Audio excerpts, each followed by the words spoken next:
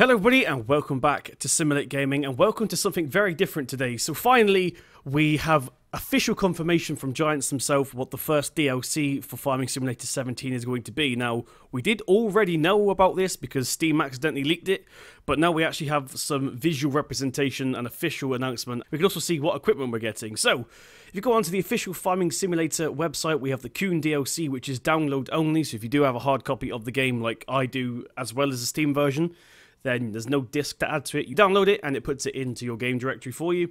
So the release date is February the 14th, 2017. So at the time of recording this, it is 7 days away. So next week, essentially. Once again, it is only pre-order, so you can't get it just yet, but you can play by PayPal if you do wish so, which I probably will do. So it is the Coon DLC. Now, like I said, Steam already did tell us this, but we have now some official confirmation. Now, I also want to share a theory with you because we have some fantastic mods in Farm Sim 15 which weren't converted over to 17, and I think this DLC is the reason for that. So we're going to take a look and I'll explain what I mean by that in a second. So first of all, we have this Cultivator here. Now, this is arguably a subsoiler, whatever you want to call it. Some people call it a groundbreaker, you know, whatever you want to call it. Essentially, it is a cultivator. So this is the Kuhn DC401. It requires 130 horsepower to power this, well, to use this, and has a working width of 4 meters. So just another little 4 meter plow, basically. And once again, it is the Kuhn DC401. Next, we have this Kuhn HR4004 or 4004, whatever you want to call it. This is also a cultivator. This one has a working width of 4 meters and required horsepower is 100. Okay, now this one is quite interesting because although it's 4 meters, it looks like it's a powered one and it also has ridge markers. So I like using the ridge markers personally because it means I can get as much done as I can, as accurate as I can. So this is going to be an interesting one to use. So once again, that is the 4004. Okay, the next up we have the Kuhn Performer 4000. Now this once again is a cultivator. Now, this is one that I'm especially looking forward to because it's a bit like the ones I like using anyway on British style maps, because I usually use the horse one, and this is very similar to that. So this one here requires 240 horsepower and has a working width of 4 meters. So we've got 3 4 meter cultivators sort of style things here. I'd like to see a bigger range, but there we go. This is just the Kuhn ones. This is going to be very good on British style maps. And we've got one more cultivator here. Now this is the Kuhn Discolander XM52. Now this one looks very, very interesting. This one here requires 220 horsepower and has a working width of 6 meters. This one looks like it may like twist around when you unfold it, so this bit here might go back here, etc. So this is going to be quite interesting to use this one. Okay, so next up we have the sowing machines. Now this is something I'm looking forward to because I don't believe we've got small enough sowing machines for like maps like Old Streams, for example. So it's good to finally get some smaller sowing machines in the game. So this first one here is the Kuhn Espro 3000. This requires 110 horsepower to use. It has a working width of 3 meters and a seed capacity of 2,500 liters. Now, once again, it's a shame that we can't get bigger pictures up of these, but we can roughly see what's going on here. So looking forward to that one as well. Okay, so next up we have this interesting sewing machine. Now I say interesting because I believe this is not a powered sewing machine. I think this one here is what I like to call a kinetic sewing machine. So basically it moves with the wheels, basically. The wheels make all the motion happen. So this is the Kuhn TF1500. So this one requires no horsepower to run. So like I say, it's just if your tractor can pull it, then Bob's your uncle. You've got a sewing machine which doesn't require any PTO shaft or any hydraulics or anything. And the capacity of this is 1,500 liters. Going down to the bigger stuff now, we have the Kuhn BTF 4000. This is once again another sewing machine. This one here requires 100 horsepower and has a working width of 4 meters. So there's a lot of 4 meter stuff going on here. So it looks like these may all go together. Okay, now looking at this one, I believe it. Obviously, I don't have confirmation just yet, but looking at this may be a direct seed sower, so you don't have to cultivate the field before. Now, moving on once again, this looks like a corn seeder. So we have Kuhn Planter 3R12, and this requires 100 horsepower, has a working width of 5.4 meters. And a capacity of 1,204 litres. A bit random, but I'm assuming it's going by the real-life counterpart of this.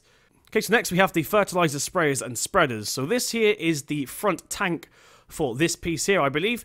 And what makes this one different to the one that's in-game already is this one appears to have lights, indicators, and possibly working lights on this as well. So this is the Kuhn PF 1500 sprayer. And once again, this is just a tank to make the capacity of this increase. So it increases the capacity of this by 1,500 litres. So with that said, we'll go on to the actual main part of that. This is the Kuhn Deltis 1302 MEA3 or MEA3, whatever you want to call it. This has a working width of 21 meters and a capacity of 1300. So if you add these together, you get a full capacity of 2,800 liters, which should be enough for your fields. Going down to the bigger stuff, now this one kind of looks like the one we've got in game already, just a different paint job, but I'm sure it's got some more stuff to offer in the working width and stuff. So this is the Kuhn Metris 4102 sprayer. This has a working width of 36 meters, so a very, very big sprayer we've got here. And it has a capacity of 4,100 litres, so I'm probably going to get this one used on all the big American-style maps. It's going to be a nice little addition if you're still on Goldcrest Valley, for example. Next, we have a fertilizer spreader. Now, this is the Kuhn Axis 40.2 M-EMC-W. That's a bit of a mouthful, that name, but it is a fertilizer spreader, as I just said. So this will be spreading this will be used to spread the pellets. This has a working width of 24 meters and a capacity of 3,200 liters. Okay, going down onto our grasswork stuff, and this is probably the stuff that you guys are looking forward to the most. Okay, so next up we have the Kuhn GMD 4411. Or 4,411 if you want to call it that. This is a side mower, so this is just the rear back mower we have here. The power requirement is 80 and has a working width of 4.3 meters. So once you've done your mowing, you could of course TED it with the brand new Kuhn GF8702 Tedder. And this has a required horsepower of 40, so not very much at all, and a working width of 8.7 meters. So that's the Tedder we've got there. Now you may not be able to tell from the picture, but this is actually a windrow. This looks like a very complicated windrow, but I'm sure it's going to be really, really fun to use. This is the Kuhn... No, I hope I'm saying this right. This is the Kuhn Merge Max 902. It could be Max X or Max 902, but yeah, the Merge Max 902. And like I just said, this is a windrow.